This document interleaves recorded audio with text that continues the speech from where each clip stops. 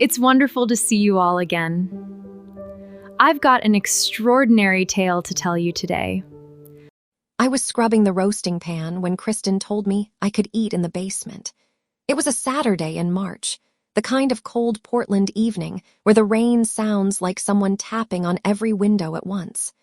I had been in the kitchen since 2 in the afternoon, 6 hours of prep for a dinner party I was not invited to attend. The lamb was resting under foil on the counter. The rosemary potatoes were golden. The salad had been tossed with the walnut vinaigrette I had perfected over 40 years of marriage to a man who loved my cooking more than anything. The kitchen smelled like garlic and thyme, and something else I could not name. Something like the end of patience. Kristin walked in wearing a plum-colored silk dress and heels that clicked on the tile I had paid to install. $1,400 for that tile. I remember because I wrote the check myself. She opened the oven to check on the bread, even though I had already told her it needed 4 more minutes. She did not look at me. "Mom H, the guests are arriving at 7. Could you finish up and maybe eat downstairs tonight? We're doing a seated thing and the table only fits 8. The table fit 10. I had counted the chairs myself when we bought them. 6 matching oak chairs at $120 each, plus 4 folding chairs I found at an estate sale for $15 apiece. I bought all of them. I looked at her. She was adjusting the napkin rings I had polished that morning, the silver ones that belonged to my mother. "Of course," I said. "I'll make myself a plate." She smiled, not at me, at the napkin rings. "Perfect. Oh, and could you put the good wine glasses out before you go down, the Riedel ones, not the everyday ones?" The Riedel glasses were a wedding gift, my wedding gift to them. 8 crystal stems at $42 each, $336 total. I know because the receipt is taped to page 14 of my garden journal, along with every other receipt from the past 30 months. She left the kitchen. I heard her laugh with someone in the hallway. "Nathan's mother helps out around the house," she was saying. "She's wonderful, very low maintenance." Low maintenance? Like a dishwasher. Like a thing you plug in and forget about until it breaks. I dried my hands on the flour-dusted apron I had worn every day for 2.5 years. The apron Frank gave me on our 35th anniversary, navy blue with tiny white anchors. He had it monogrammed on the pocket. GMH Gloria me Hendricks. At that moment, standing in the kitchen I had paid for, wearing the apron my dead husband gave me, holding the roasting pan I had scrubbed for a dinner I was barred from, I understood something I had been refusing to see. I was not a member of this family. I was the help, and the help does not sit at the table. But here is what Kristin did not know. What nobody knew except me and my green garden journal hidden behind the flour canister on the top shelf. The house we were standing in, the one with the new kitchen tile and the oak dining table and the master bedroom I had been moved out of 14 months ago, was mine. Every single square foot of it, because the deed was never transferred. And after 30 months of silent record keeping, I had $148,200 worth of documentation proving exactly what I had given and exactly what they had taken. If you want to understand how a 67-year-old retired librarian became the most dangerous person in a 4-bedroom house in Portland, Oregon, you need to go back to the beginning. And like all stories about family and betrayal, it starts with love. Late September 2021. Frank had been gone for 14 months. The house on Birch Lane, where we had lived for 38 years, felt enormous without him. 3 bedrooms, 2 bathrooms, a garden I could not maintain alone, and silence so thick you could hear the clock in the hallway from any room. Nathan called me one Sunday. "Mom, Kristin and I found a place. 4 bedrooms, big yard, great school district for the kids, but the down payment." He paused. That pause. I had heard it since he was 12, asking for money for a school trip, for new cleats, for gas money. The pause meant he needed something he was embarrassed to ask for. "How much?" I asked. $92,000. I did not hesitate. I want you to understand that. I did not hesitate because he was my only child, because Sophie was 6 and Jack was 9, because I thought we would be a family. I sold the house on Birch Lane in 3 weeks. 38 years of memories, Frank's workshop in the garage where he built birdhouses every winter, the kitchen where I cooked 14,000 meals, the garden where I grew tomatoes and zinnias and taught Sophie to plant sunflower seeds. All of it gone. I stood in the empty living room on the last day. The walls still had the faded rectangles where our photos used to hang. The carpet had dents from the couch legs, shapes pressed into the floor by decades of ordinary evenings. I touched the spot where Frank's recliner used to sit, the one he fell asleep in every Sunday watching baseball. The room smelled like dust and goodbye. I locked the door and left the key under the mat for the new owners, and something inside me closed that I knew I would never fully open again. The sale brought $204,000 after the realtor's commission. I gave Nathan $92,000 for the down payment. He cried on the phone, "Mom, I'll pay you back, every cent." He never paid back a single dollar. The plan was simple. I would move in, contribute to expenses, help with the kids, and we would be together. Nathan said it himself. "This is your house too, Mom, we're family." The first 3 months were beautiful. I had the guest room upstairs, the one with the bay window overlooking the backyard. I planted a garden. Tomatoes, basil, zucchini, marigolds along the fence. I cooked dinner every night. I walked Sophie to school. I helped Jack with his reading because reading was my profession and my joy, and I was still good at it. Kristin was polite, not warm but polite. She thanked me for dinner. She complimented my garden. She called me Gloria. Then she stopped. The shift happened so slowly I almost missed it. By month 4, she was calling me Mom H. I asked her once gently to use my name. "Gloria is fine, Kristin, or even Glow, like my friends call me." She laughed. "Mom H is cuter, don't you think?" It was not a question. By month 6, the kitchen was reorganized. My cast iron skillet, the one Frank seasoned for 40 years, was in the back of a lower cabinet I had to kneel to reach. My spice rack was replaced with a magnetic strip that did not hold my old glass jars. "It's just more modern," Kristin said when I mentioned it. By month 8, my cookbooks were gone. I found them 2 weeks later at the Goodwill on Division Street. 23 cookbooks, including my mother's handwritten recipe binder from 1962. I bought them all back for $18 and kept them in a box under my bed. I did not say anything. I should have. By month 10, I was moved out of the upstairs guest room. Kristin needed a home office. "You understand, right, Mom H? I'm up for a promotion and I need a dedicated workspace." The basement room is actually quite cozy. The basement room had no window. It had a single overhead bulb and a dehumidifier that hummed all night. The carpet smelled like damp concrete. I slept there for the next 20 months. During those 20 months, the erosion continued. Month 14, I was excluded from the Thanksgiving table. "We're doing a small thing this year," Kristin said, even though 14 guests came. I ate turkey on a paper plate in the basement watching the evening news. Month 18, I overheard Kristin on the phone with her sister. "She's useful for now, but honestly, once the kids are old enough to be home alone, we won't need her anymore." Nathan's too soft to say anything, so I'll handle it when the time comes. Month 22, the neighbors started calling me Nathan's helper. Not his mother, his helper. Because that is how Kristin introduced me at the block party I had organized the food for but was not invited to sit down at. And through all of it, I paid. Every month, the mortgage was $2,100. Nathan paid $1,200. I paid the other $900 from my pension of $1,840. That left me $940 for everything else. Medicine, clothes, transportation, anything personal.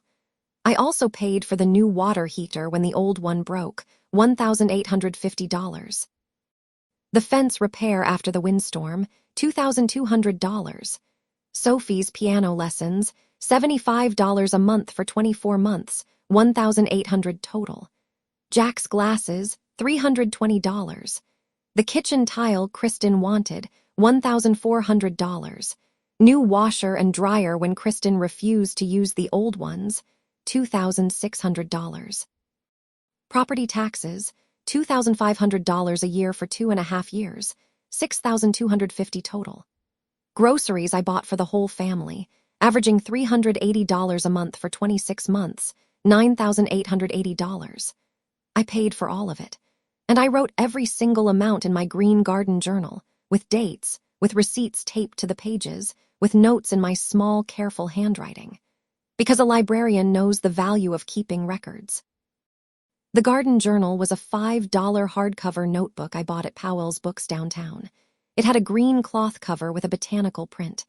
I chose it because it looked like a gardening diary, which is exactly what I wanted anyone who found it to think. I started it in month 4 when Kristin moved my skillet. At first, it was just dates and feelings. March 15. Cast iron moved to lower cabinet. Asked Kay to put it back. She said it was more functional this way. But by month 10, after I was moved to the basement, the journal became something else. It became evidence. Every receipt, every bank transfer confirmation, every check I wrote, taped neatly to the pages with clear packing tape, the kind that does not yellow. I used a ruler to keep the margins straight, because old habits from 34 years of organizing library shelves die hard. By month 20, the journal had 47 pages of documentation. $148,200. I could account for every cent, but the journal was not my only weapon. In September 2023, I bought a digital voice recorder at Best Buy. $38, Sony brand, the size of a thumb drive. I hid it behind the cinnamon and cardamom in the spice cabinet, the one Kristin never opened because she did not cook. Over the next 5 months, I recorded 22 conversations. Kristin talking to her sister about phasing Mom H out. Kristin telling Nathan they should look into senior communities once she turns 70. Kristin laughing with a colleague on speakerphone. We basically have a free live-in nanny and housekeeper.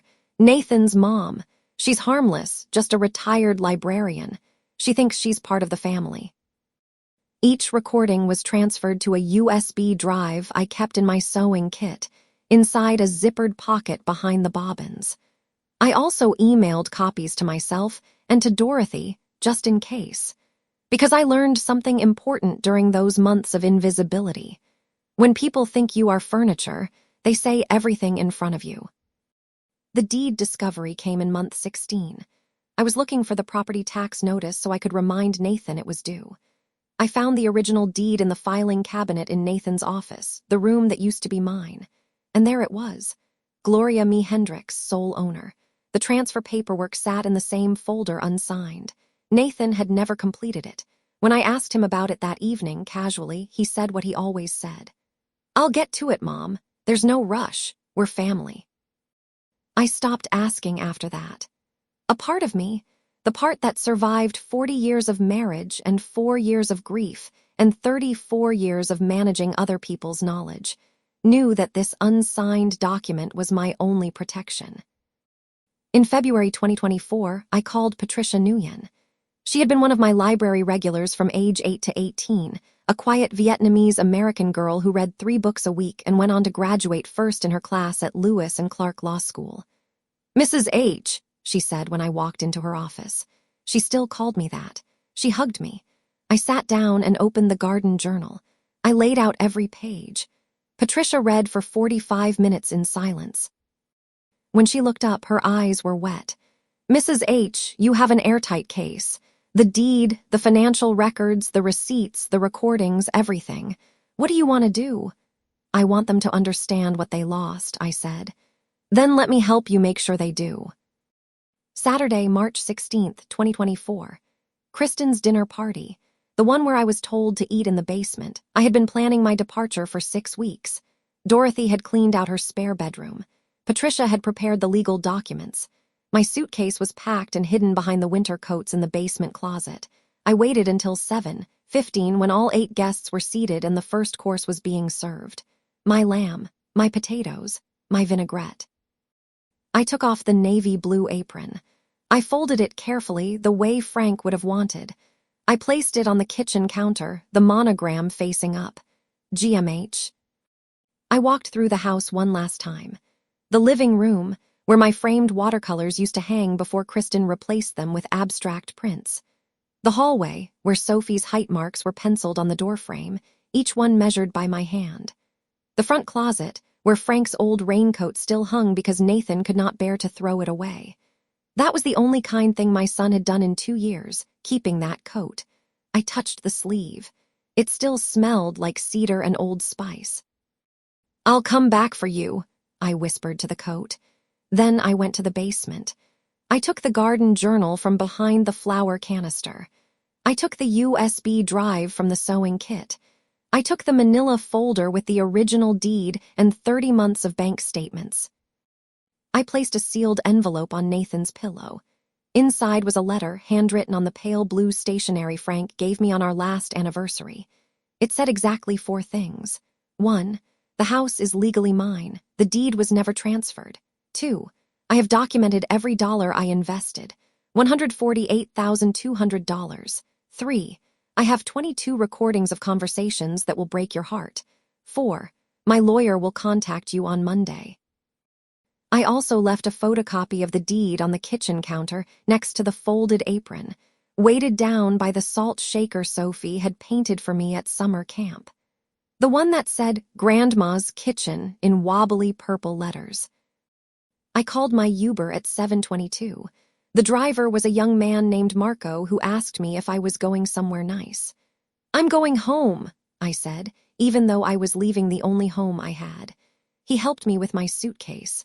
I got in the car and did not look back. The drive to Dorothy's cottage was 12 minutes. Not a long trip, not a dramatic escape.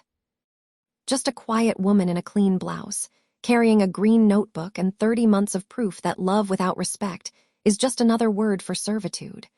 Dorothy was waiting at the door with chamomile tea and a plate of shortbread cookies. "You did it," she said. "I did it." That night, while Kristin poured $45 wine for her guests using my crystal glasses at my dining table in my house, I slept in Dorothy's spare room under a quilt that smelled like lavender and safety. I slept 9 hours without waking once. It was the first uninterrupted sleep I had in 30 months. Jack told me everything 4 days later. He called from Nathan's phone while his father was in the shower. "Grandma, I have to tell you what happened. Please don't be mad at me for calling." I was not mad. I was grateful. He was 11 years old and braver than any adult in that house. This is what he told me. They came home at 11:40 that night. Kristin was laughing about something one of the guests had said. Nathan was carrying 2 bottles of leftover wine. The house was quiet. "Mom." Nathan called from the hallway. No answer. Kristin turned on the kitchen light. She saw the apron first, folded on the counter, the monogram facing up. Then she saw the photocopy of the deed held down by Sophie's salt shaker. She picked it up, read it once. Her face did not change. She read it again, then her hands started shaking. "Nathan!" Her voice was different, flat. "Nathan, come here." He came in carrying the wine bottles. "What?" She held up the paper. "What is this?" Nathan put the bottles down. He took the document. Jack said his father's face went through 5 expressions in 10 seconds. Confusion, recognition, disbelief, horror, and then something that looked like a man watching his own house burn down from the inside. Nathan ran to the basement. Jack followed from the top of the stairs. The closet door was open. My clothes were gone. My shoes, my coat, the suitcase that always sat in the corner. The nightstand was bare. No reading glasses, no library book bent open to the last page, no glass of water. The bed was made, smooth and tight, the way I always left it, as if I had never slept there, as if no one ever had. Nathan touched the empty shelf where I kept my photos of Frank. His hand hovered over the dust outline of the frames. "She took everything," he whispered. "Everything that was hers." Kristin appeared behind him. She looked at the empty room and her face changed. Not anger, something worse. The slow recognition that the person you treated like furniture had been a person all along. They went back upstairs, the envelope on Nathan's pillow. He opened it with clumsy fingers. He read the letter out loud, his voice cracking on every line. 22 recordings of conversations that will break your heart. My lawyer will contact you on Monday." Kristin grabbed the letter. "This is insane. She can't do this. We've been living here for over 2 years. That gives us rights." Nathan sat on the bed. It's her house, Kristin. It was always her house. I never signed the transfer papers. Why not? Because she kept asking and I kept saying next week, next month, no rush. Because I was lazy, because I was stupid, because I assumed she would never leave. Kristin sank into the chair by the window.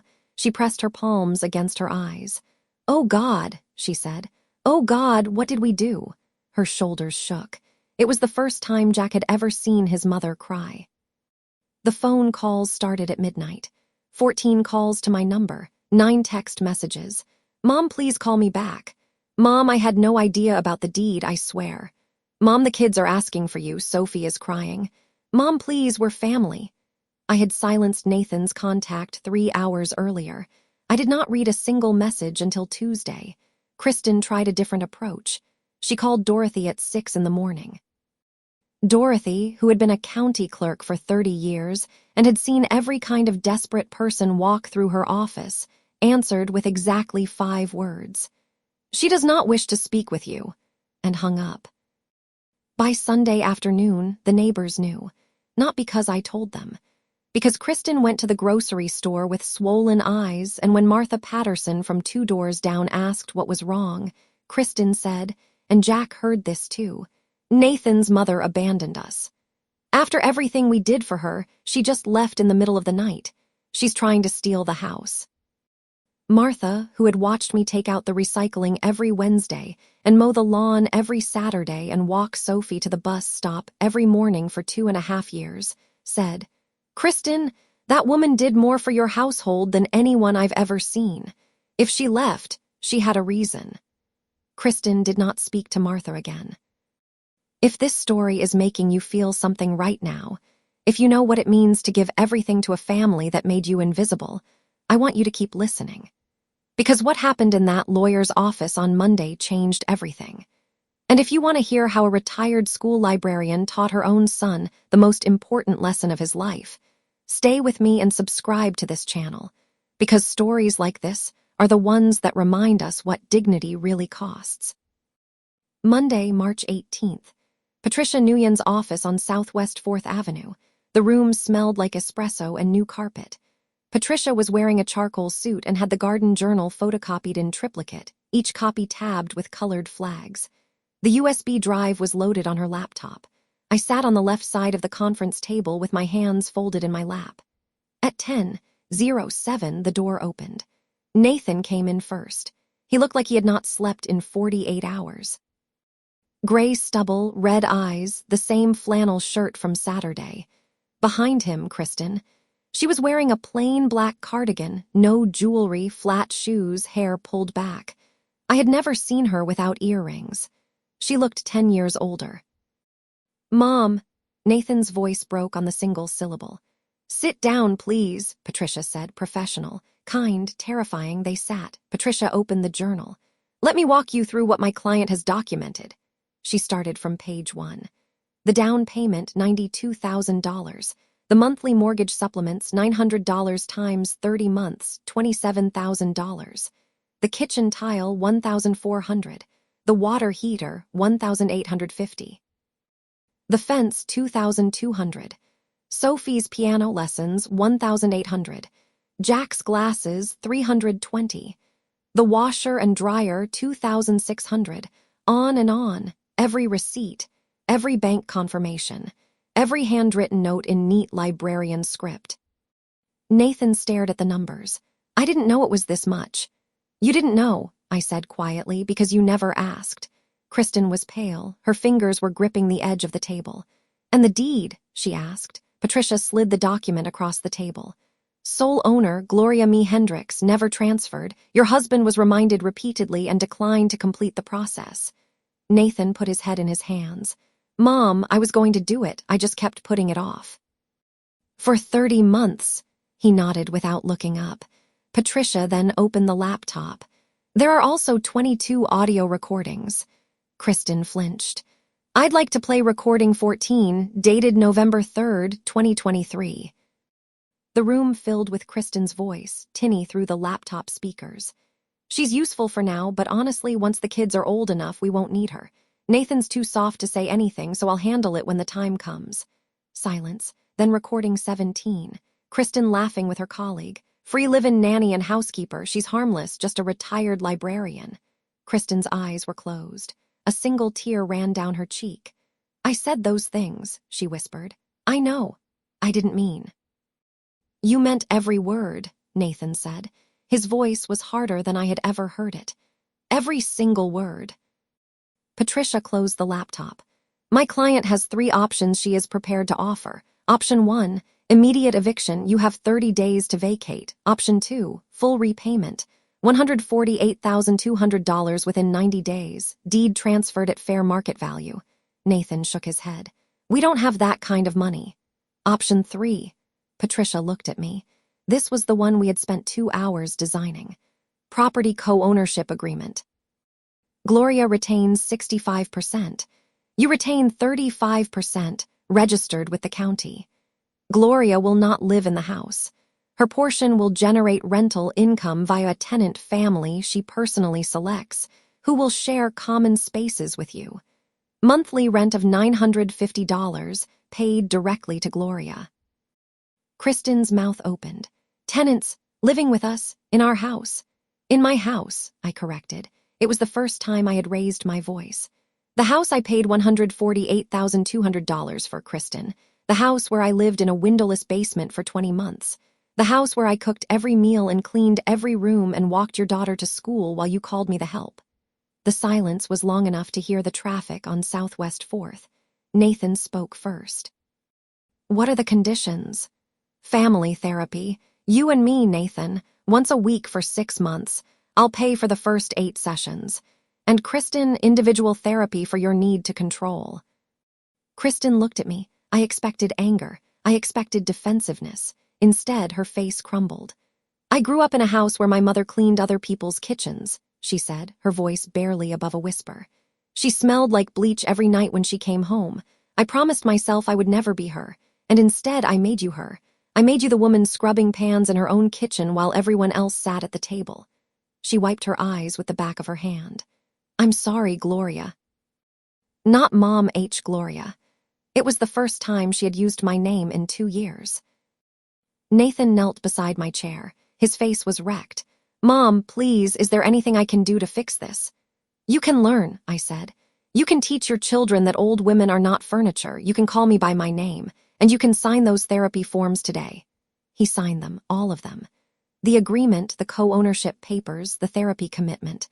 When we left Patricia's office 2 hours later, the rain had stopped and there were patches of blue above the buildings downtown.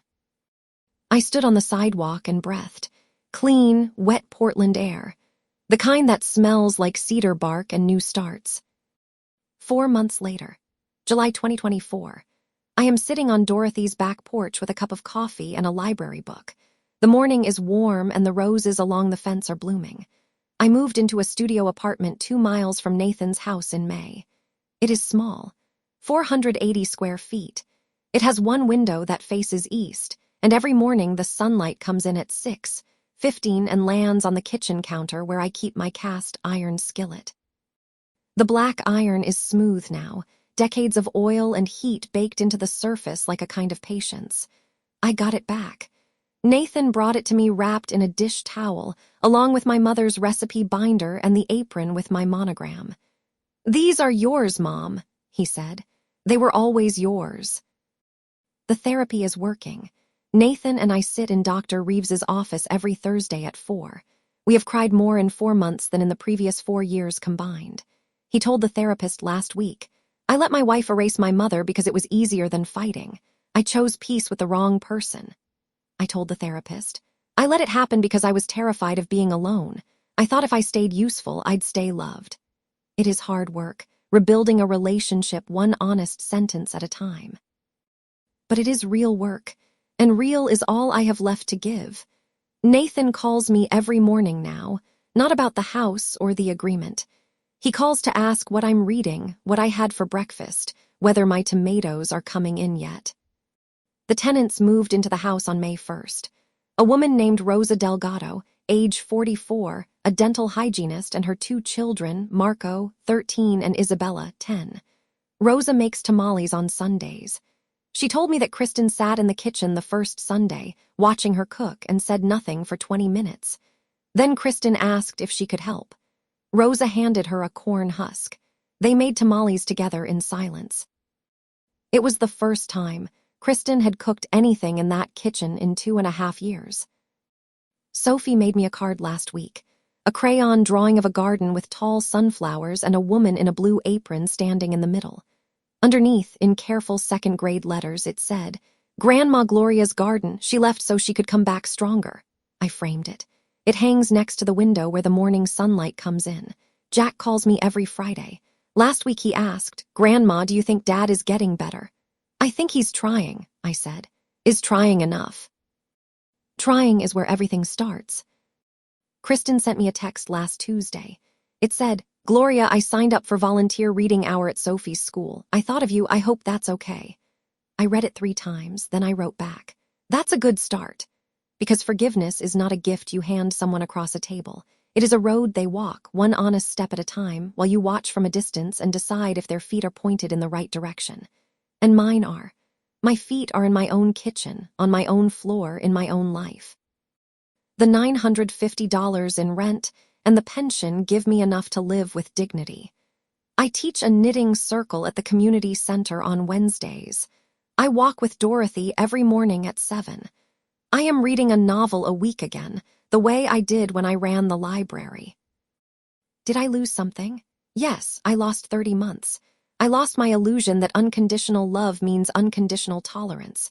I lost my basement room and my silence and my willingness to be invisible. But I gained something that no deed or dollar amount can measure. I gained my name back. Not Mom H, not the help, not the live-in nanny. Gloria, Gloria Me Hendricks. Librarian, gardener, grandmother, woman. 67 years old and finally visible.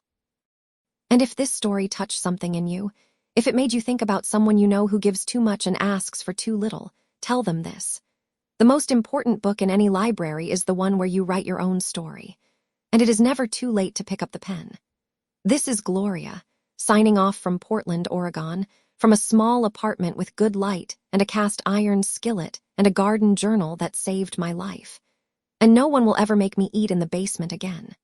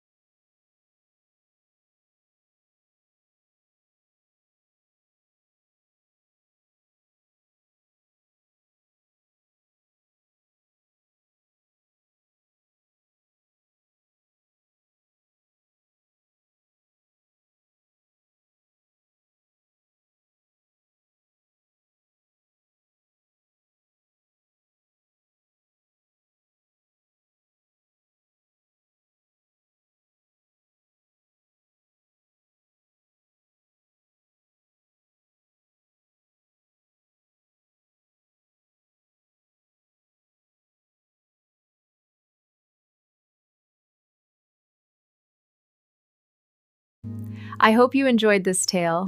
Please subscribe to support the channel. Goodbye for now.